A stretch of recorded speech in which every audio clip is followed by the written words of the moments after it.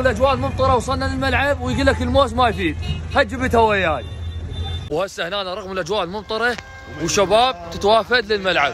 من المتعني؟ ان شاء الله فايزين من ميسان. يا الله. النتيجه ان شاء الله فايزين ان شاء الله. النتيجه 6-1 للعراق ان شاء الله. ان شاء الله ان شاء الله سود الرافدين قدها ان شاء الله. مثل ما جاي تشوفون هسه احنا هنا وصلنا للملعب، ملعب جذع النخله بالبصره، ويا ويلي على الاجواء العالميه ومطر دق، ورغم كل هذا الجمهور كان مستمر وتوافد كبير على ابواب الملعب، وهي معروفه الغيره عند العراقيين، لا يكظم مطر ولا يكظم برد. وصلنا هنا للبوابه وكان عليها كلش ازدحام ولود مو طبيعي، بطاقه البيدي لازم تتبلل وتتنقع. وعادها خلصنا من الازدحام ودخلنا على الملعب مثل ما جاي تشوفون. لازم اشوفكم التسريحه شلون صارت. عن هذا المطعم طبيت شكل طلعت شكل ثاني. والحمد لله انا دخلت للملعب حصلت لي مكان مرتب وقل ضرر بي، يعني المطر بي على كيف، وهمين ما يلوحني مطر، واكو جماهير قاعده بالبدايه دول كلش تاذوا من المطر، وبس يوصلون للبيت حوس مبره مال فلاونزا خبط اثنين. وما عجبني بالملعب بس هذا الطفل اللي يمي اللي هو ما سكت وبقى يشجع طول المباراه، وهنا اخوكم بالبوق ما اعطى مجاله وبقى يعزف.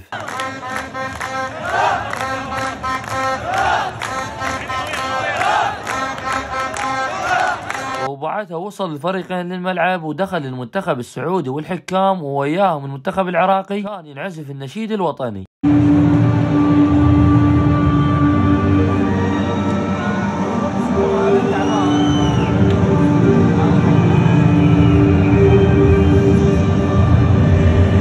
والحماد كان فول واحنا نقرا النشيد بصوت جماعي بعدد ما يقارب 65,000 متفرج. ومثل ما قلت لكم بالبدايه لا كضانه مطر ولا برد، الاجواء كانت رهيبه وكلش بالبصره عالميه.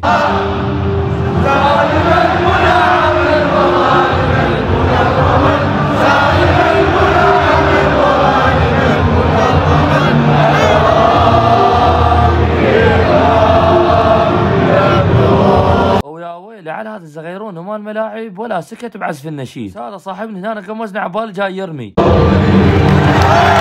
احلى شيء عندي انا وبدايه كل لعبه هذا العد والفرز، الجمهور يحسب وتنطلق المباراه.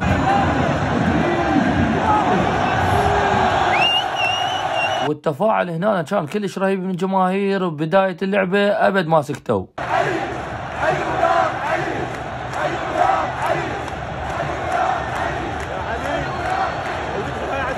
كلها شجعت بهاي الزاويه وصار حماس، عبالنا راح تجي هدف بس على قولته هن الفات سلامات وما جت جول. لاعب هنا بالمطر اذا كض الطوبه يحتار بيها وين يوديها، تطيح بنص الماي، واللاعب اذا لعب باص صاحبه تروح للخصم. بس رغم كل ذلك المباراه كانت كلش ممتعه وحلوه، والجمهور بهاي الهجمه صار عصبي وفرح بهاي الهجمه.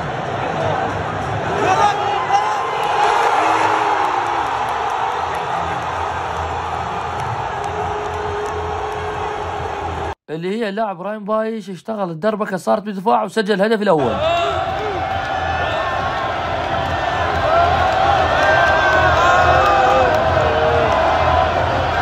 وما اقدر اوصلكم فرحه الجمهور، وبصوت واحد كله تهوس، ونسوان وزلم واطفال، ولا ياخذني الواهس وانسى الشياب والشايبات، كانوا حاضرين وفرحوا بالهدف.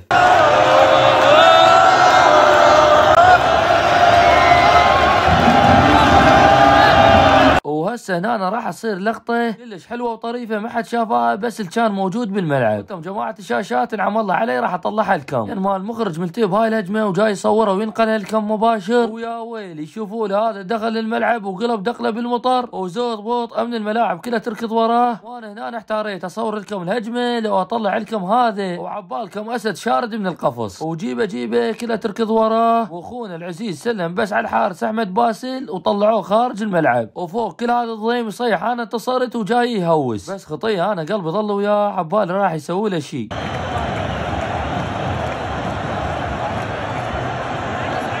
بس من الملاعب صاروا عصبيين وما ادروا نودوه، ما رجعوه للمدرج وشلفوه. المهم هسه هنا انتهى الشوط الاول، وقبل لا يبدي الشوط الثاني كان يدخل هذا الدركت وحيدا فريدا وما ادري جاي شو يسوي، والشباب وياه ذول اللي قدامكم كل من كاظ بيده ما سحم الالف عبالكم عندهم عركه، بس هم طلعوا ذول ينشفون الماي. انا هنا ماخذ وياي هاي الجنطه السحريه ومديت ايدي بيها قلت ايش يطلع حي الله، وكان تطلع لي هاي الكيكه وقررت اكلها. يا جماعه السالفه كانت هي معوزه وسائل يكر بالملعب بعد عوسه بس عصير كربلاء العشق والصغيرون يسووا مرتده ثانيه. كانت عوسه عصير كربلاء العشق. المهم هسه هنا كان ينطلق الشوط الثاني والمطر ابد ما سكت من 12 الظهر ل 12 بالليل جرى عدل. والجماهير مثل ما قلت لكم عبالكم قاعدين بالدوري الانجليزي عليهم دق مطر ويتفاعلون ويا كل هجمه للمنتخب العراقي وكان الحماس عندهم فول وتوالت الفرص بالمباراة للمنتخب العراقي وكنا متفائلين هسه يجي الثاني واذا صار زاوية فاول لازم تسمعون هذا الهتاف واذا صارت هجمة للخصم تسمعون هذا.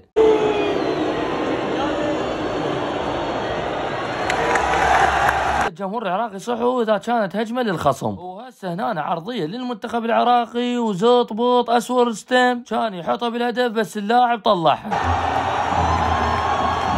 والحكم قال راح ارجع للفار وتفاعل ويا الجمهور.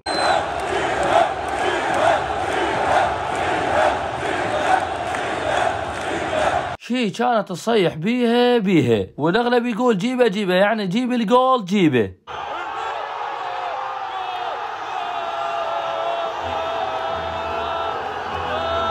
الحمد لله والشكر الحكم كان يحتسب الهدف صحيح للمنتخب العراقي والفرحه مالتنا ما تنوصف. الجو استعراض خلص اللعبه وهذا موتني بس الظاهر عباس كمدرين وذول عبال كمدرين زرفوا ظهري طلعوا متابعين ويردون صوره. المهم هنا انتهت المباراه والجمهور العراقي واللاعبين احتفلنا سوا وفرحه ما تنوصف ونسينا المطر وصارت حراره بقلوبنا من الفرحه بعد ما يكضنا برد واحتفلوا اللاعبين. وبعد انتهاء المباراة هسه هنا طلقنا الحملة. هذه ليست قمامتي لكن وطني حتى لسنا للكير وننظف الملعب تحت شعار هذه ليست قمامتي لكنه وطني. والحملة انطلقت بغيرة الشباب الموجودين والغيرة العراقية كانت موجودة عندهم ويا ويله على النظافة بكلنسه ويمسح حتى القاع. وكانت حملة كلش حلوة وتحكي ثقافة على الجمهور العراقي الواعي. وحبايب انا قايل لكم من قبل وهسه راح ارجع اقولها لكم مرة ثانية ترى اليوم بهذا الوقت ماكو واحد احسن من واحد يعني الجمهور الياباني مو احسن من عندكم واحسن من عندنا ومثل ما تشوفون كلها غادرت الملعب الا احنا بقينا ننظف. الحمد لله وشكر انتهينا من التنظيف لحد ما اجوا امن الملاعب وطلعونا. وبعد ما شفنا اللعبه وانتهت وفوز المنتخب العراقي على السعود 2-0 نظفنا الملعب. هسه هنا من طلعنا لقينا الجو ابد ما ساكت المطر. شوفوا لي الاجواء. رجعنا هسه من اللعبه وما وصلكم المطر. العباس مطر دقتنا دقه انت ما تعرف المطر لعب بينا طوبه. المهم عوفكم من هذا بغرقنا. انا ثاني يوم من هنا طقيت الجارجر اتجهت على كورنيش البصره ويلا تعالوا نشوف الاجواء العالميه كانت موجوده بالكورنيش. ويا هلا والله باهل العراق. اول شيء صار قدام هذا القارب اللي اي واحد يقدر يصعده وب1000 دينار فقط. النوم هنا انا شفت هاي اللمه مال الناس وقلت خلنا تجي عليهم اذا عاركه خل افارقهم. طلعوا يوزعون تذاكر ورجعت اكل شاميه. بس هنا هذا الخير بالشاميه كان يفاجئني. وشوفوا عن هذا الخير بهاي الزخمه حصل بطاقه ما راح يروح لان هو جاي يشتغل فطانياها هديه. طلع محصل تذكره مجانيه هو ملتهي بالشغل ومتابعني ويحبني وطانياها هديه. ووراها بالكورنيش وقفت ذول اليمانيين وسالتهم على البصره. شفتوا البصره؟ البصره عالميه كانوا يقولون عالميه. وهسه سالت العمانيين عمان الشقيق جاينا البصره وفريت راسي ولقيت بالكورنيش هذا صديقي طيب المحترم صار لي هواي ما شايفه وكلاني بالسلام وسالته. طيب انت وعزيزنا وابنائنا كلمه ترحيبيه كاس الخليج. لا ترحيبيه من حكايه ترحيبيه لا ترحيبيه ولا غير ترحيبيه وكل الكلام ما يكفي هذا الحدث التاريخي. هذا الكلام ما يكفي. نعم وخصوصا طبعا هذا يعني السبب الرئيسي لانجاح هذا الحدث التاريخي انا اعتبره هم اهالي البصره. الله يوفقك العزيز الله يوفقك. نعم شكرا. يا هلا والله باهل العراق يا هلا والله. وبالنهايه اذا حافظين جمله للعزيز ذكروها لنا بالتعاليق. شنو رايكم باجواء البصره وحبيتوا هذا الفلوك لو لا؟ مسك الختام خليت هاي الطبه ونزمت راح اعطيها للزغيروني.